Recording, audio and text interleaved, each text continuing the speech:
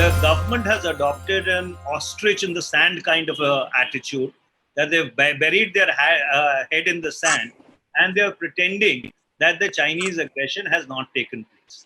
I think a classical manifestation was the double speak which the Prime Minister did at the all-party meeting. For the Prime Minister to stand up and say that there has been no Chinese influence and then try and spin it the next day that he was talking about that particular face-off, which resulted in the unfortunate death of 20 of our soldiers, including the commanding officer of the Bihar regiment, is classical, whereby this government is not prepared to discharge its national duty, but is more worried about protecting a false image which it has created for itself as some very big nationalistic force in this country.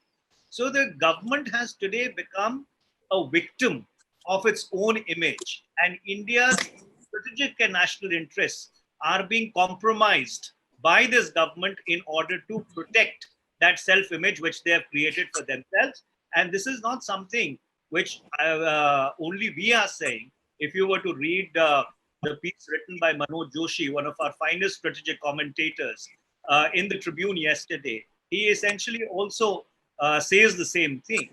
Insofar as tactical level disengagements are concerned, I think the proof of the pudding would lie in the eating.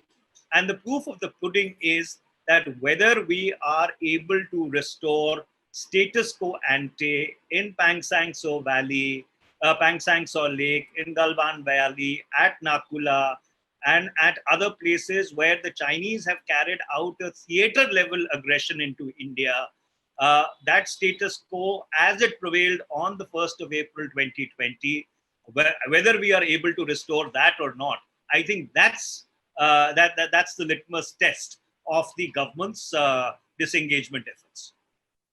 What about the parliament session? Does the Congress feel it's time for a special session of the parliament?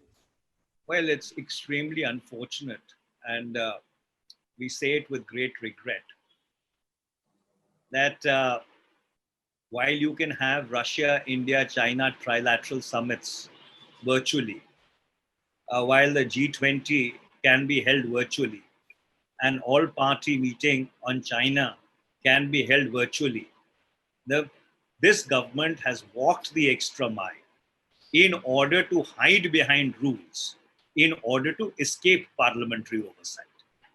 This is nothing short of emasculation of parliament. I can understand that you cannot possibly convene a full session of parliament, though there are parliaments which are meeting virtually around the world. Great Britain is an example. In Portugal, the parliament has met virtually. But why can't the Standing Committee of Defense meet? Why can't the Consultative Committee of Defense meet? Why can't the Standing Committee of Finance meet? Why can't the Standing Committee of Health meet? You know, it's unfortunate that the presiding officers of both the houses should have walked the extra mile in order to prevail upon the government not to try and subvert parliament in this manner and escape parliamentary oversight,